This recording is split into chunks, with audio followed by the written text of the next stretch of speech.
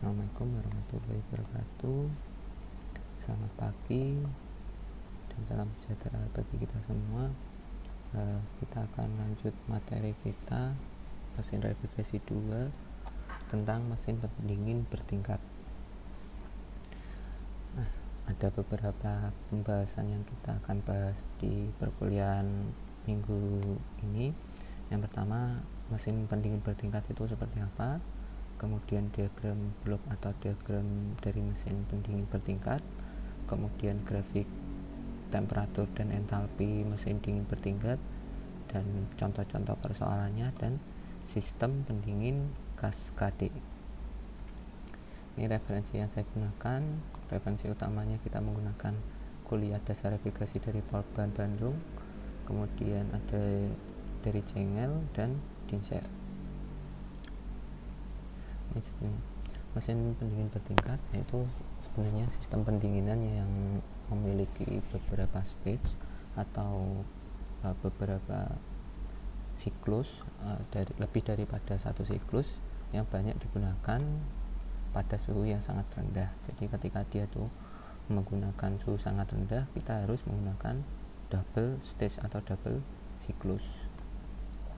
Tetapi secara ekonomis mesin pendingin bertingkat ini lebih efisien daripada penggabungan dari sistem mesin pendingin satu siklus saja.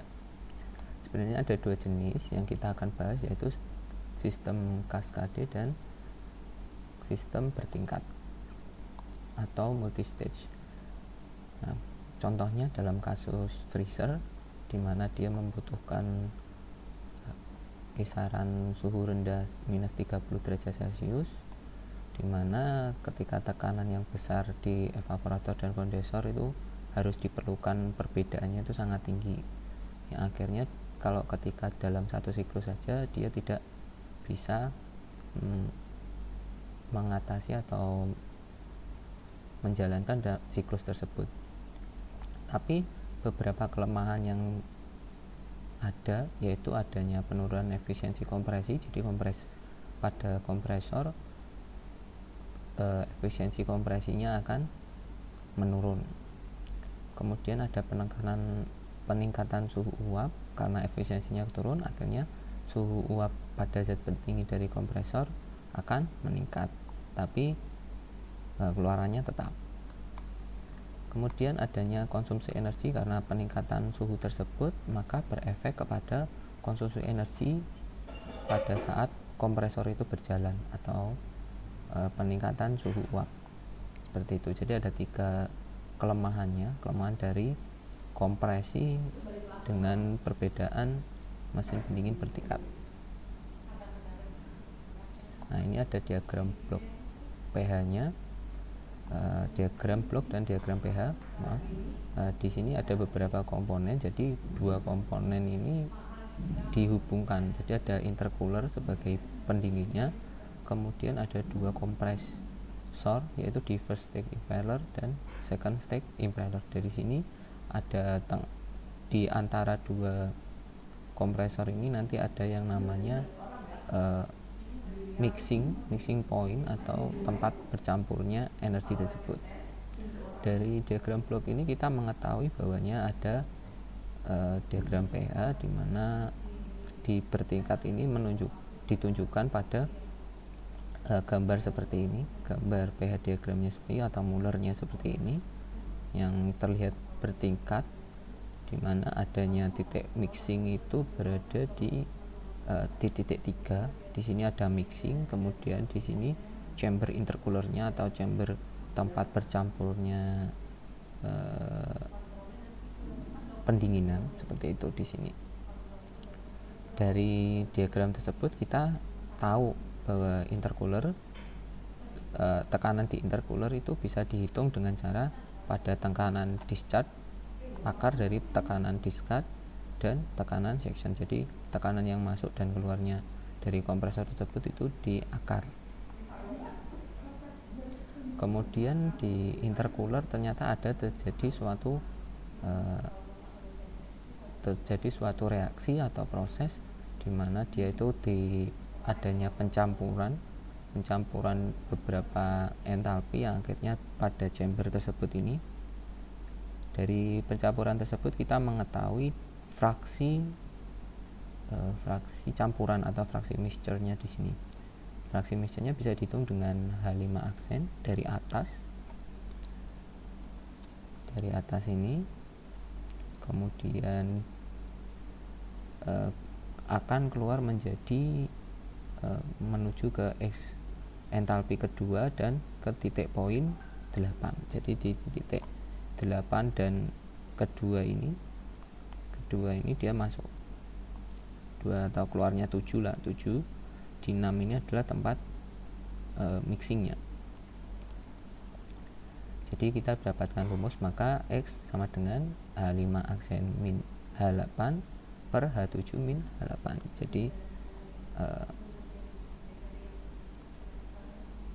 Jadi masuk dikurangi keluar dari bawah dibagi yang keluar dari sini kurangi yang ini. Jadi masuk ini dikurangi yang bawah per keluar ini dikurangi keluar juga ini, seperti itu.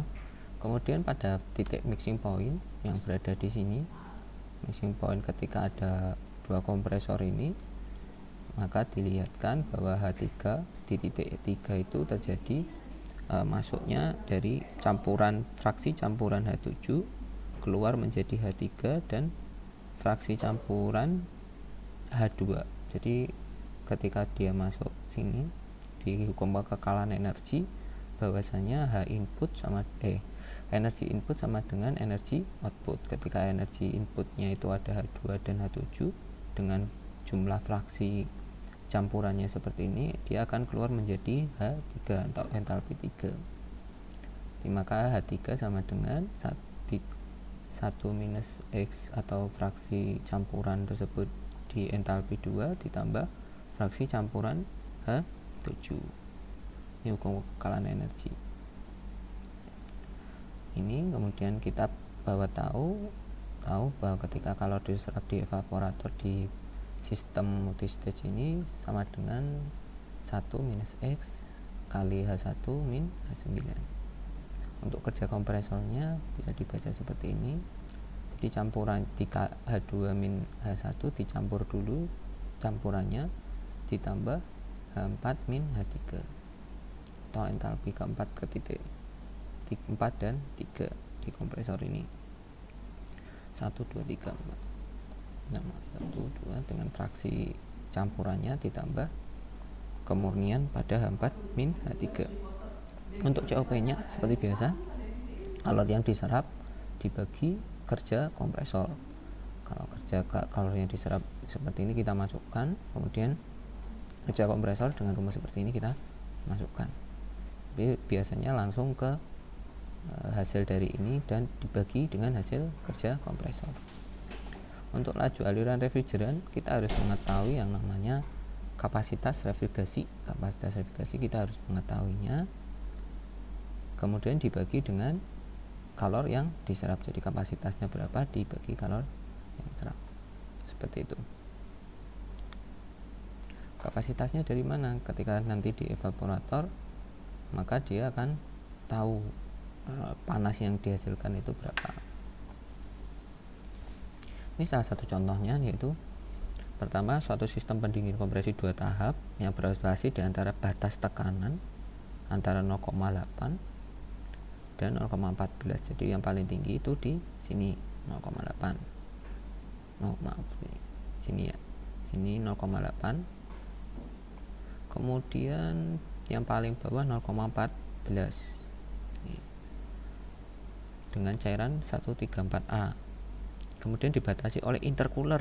Jadi intercoolernya di sini kan dibatasi di intercooler di tekanan 0,32 MPa, seperti itu. Daerah sini. Bagian dari friksi menguap selama proses intercooler. Ini karena ini diagram TS, kita hanya bisa menunjukkan di titik-titik aja. Ini di titik intercoolernya, kemudian ini titik yang paling tinggi, ini titik paling rendah. Seperti itu. Nanti kita mencari nilai H-nya. Ini sudah dicarikan nilai H-nya atau entalpinya. Dari nilai entalpi tersebut, di sini akan ditanyakan fraksi refrigeran yang menguat karena diperlambat di ruang intercooler atau ruang flash. Kalau bahasa Indonesianya ruang flash, kalau kita menggunakan intercooler aja. Nah, rumusnya kalau di contoh soal ini dia menggunakan, kan di sini ada titik 6 tuh. Ada di 6 minus H7. Di sini H6 minus H7. HFG itu bisa diartikan bahwa H3 yang keluar minus H7 seperti ini. Jadi kita akan mendapatkan nilai fraksi campurannya itu sekitar 0,2. Jadi entalpinya kita mencari, tapi kalau di sini persoalannya udah dicarikan atau sudah diketahui. Seperti itu. Yang kedua, jumlah panas yang dikeluarkan dari ruang pendingin dan kompresor bekerja persatuan massa zat pendingin yang mengalir melalui kondensor. Yang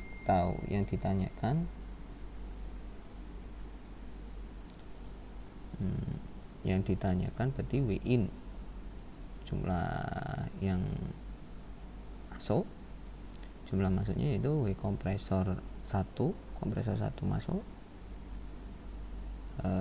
dan W kompresor 2 masuk. W kompresor 2, misalkan kalau 1 itu di sini, ini masuk 1 2, yang ini adalah 49 ini 1 2 49 sama aja. Kalau misalkan yang atas itu fraksinya 1 atau sempurna, sedangkan yang di sini adalah mempunyai fraksi campuran tersebut, yang akhirnya bisa menggunakan rumus seperti ini, rumus yang tadi. Ini kerja beda halnya aja, beda titik aja ya. Kemudian kita menggunakan rumus kekekalan energi, di mana energi yang keluar sama dengan energi yang masuk. Menggunakan ini, yang akhirnya dia kalau misalkan yang keluar itu di mana, di 9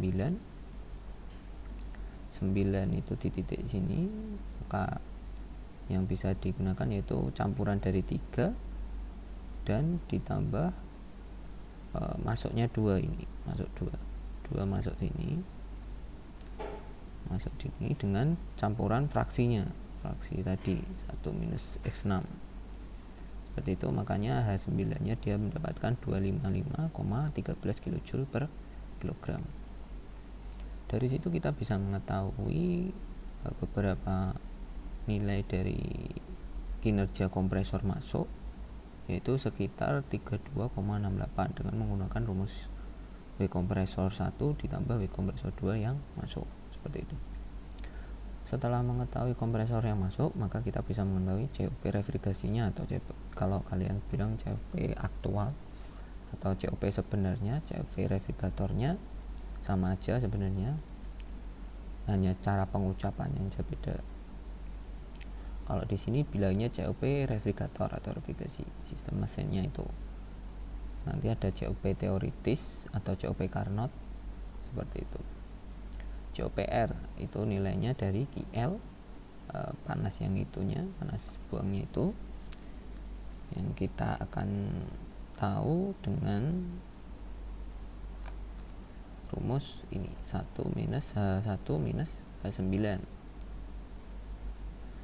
Jadi hasilnya nanti 1,46,32 itu. Dan kemudian nilai WI nya atau W masuknya diketahui pada 32,68, jadi COP nya sekitar 4,48. Lanjut kita ke sistem kedua, yaitu sistem kaskade.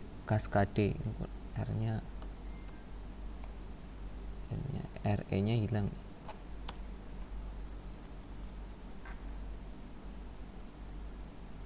Kaskader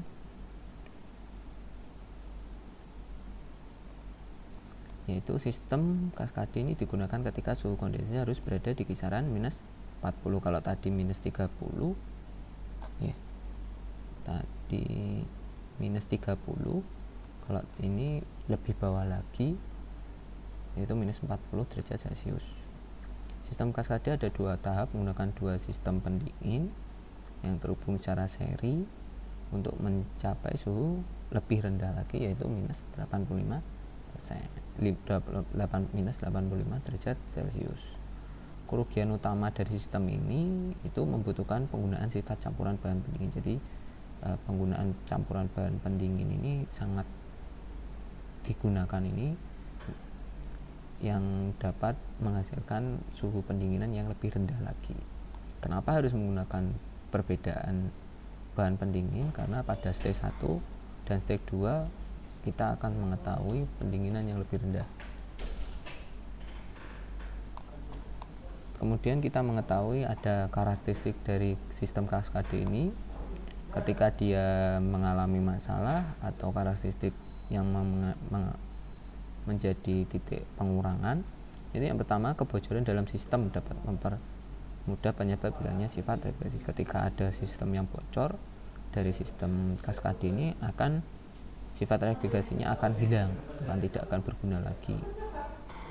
Kemudian di nomor 2 yaitu sangat mahal bahan pendinginnya, karena dia itu campuran, maka dia harus menggunakan campuran yang pas atau yang match antara refrigeran 1, refrigeran 2.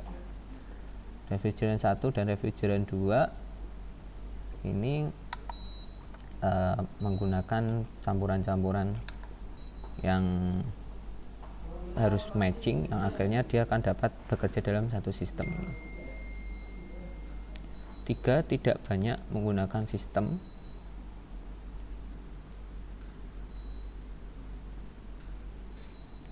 Tidak banyak yang menggunakan sistem ini. Sistem ini jarang digunakan pada suatu industri cold storage atau industri perkapalan karena dia sangat mahal sekali, yang nilai ekonomisnya tidak begitu relevan dengan nilai produksinya. Ini ada suatu diagramnya, yaitu dia menggunakan evaporator dan kondensor yang dicampur jadi satu, yang akhirnya dia bisa menggunakan pendinginan secara maksimal.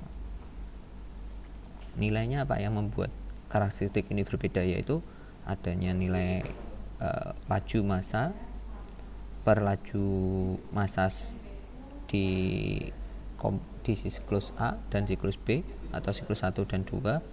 Dia memiliki perbandingan yaitu antara H2 minus H3 per entalpi H5 kurangi H8. Jadi di 2 dan 3 dan 2, 3 ini dan 5 dan 8 ini dia akan mencari pencampuran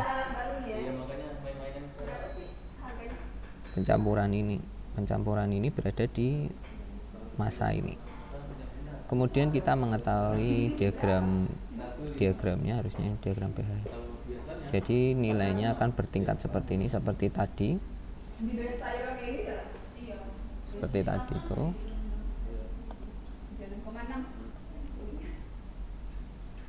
Kita lanjutkan lagi dari nilai COP ini, tahu bahwa adanya nilai COP-nya dari panas yang keluar diper energi yang masuk.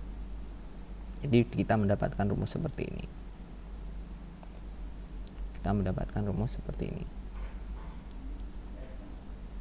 Nah, contoh soalnya di sistem kaskade, suatu sistem pendingin kaskade 2 tahap dengan batasnya 0,8 paling tinggi dan 0,14 yang paling rendah. Perbedaannya apa sih tentang kaskade dan sistem bertingkat biasa tadi?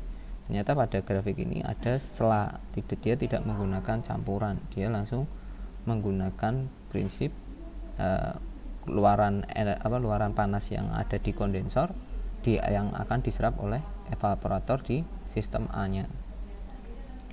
Dari sistem tersebut kita mendapatkan nilai-nilai hanya nanti. Ini contohnya 0,8 yang paling tinggi dan 0,14 yang paling rendah dengan batasnya berada pada 0,32. Jadi nilainya seperti kayak tadi aja, kayak sistem bertingkat biasa. Dia menggunakan hukum kekekalan energi, yang dimana hukum kekekalan energi ini dapat mengetahui MB-nya atau massa fluida B, massa fluida masa aliran fluida B atau di sistem B di 0,039 seperti itu. Kemudian ada laju perpindahan panas dari ruang pendinginan ke yang didinginkan berapa, dari QL dia berada di H1 dan H4, dan 4 ini dia keluarnya sekitar 7,8 kW, sedangkan di WI nya ketika DW kompresor masuk, kompresor ini masuk 12 dan 65 56 ini berat, ini kompresor, jadi dia mendapatkan nilai 1,61. Dari nilai tersebut kita mengetahui bahwasanya COP yang digunakan ini sekitar 4,46. Jadi COP nya itu dari evap masuk ke ya panas yang diserap, kemudian dari dibagi dengan daya kompresor yang digunakan. Ternyata COP-nya sekitar 4,46, sangat bagus sekali. Ya, mungkin itu saja yang bisa saya sampaikan di perkuliahan kali ini. Semoga bisa membantu kalian semua menjadi lebih tahu lagi tentang mesin pendingin bertingkat. Silahkan nanti ketika ada pertanyaan bisa dikomunikasikan dengan saya dan bisa didiskusikan di Google Classroom. Terima kasih. Wassalamualaikum warahmatullahi wabarakatuh.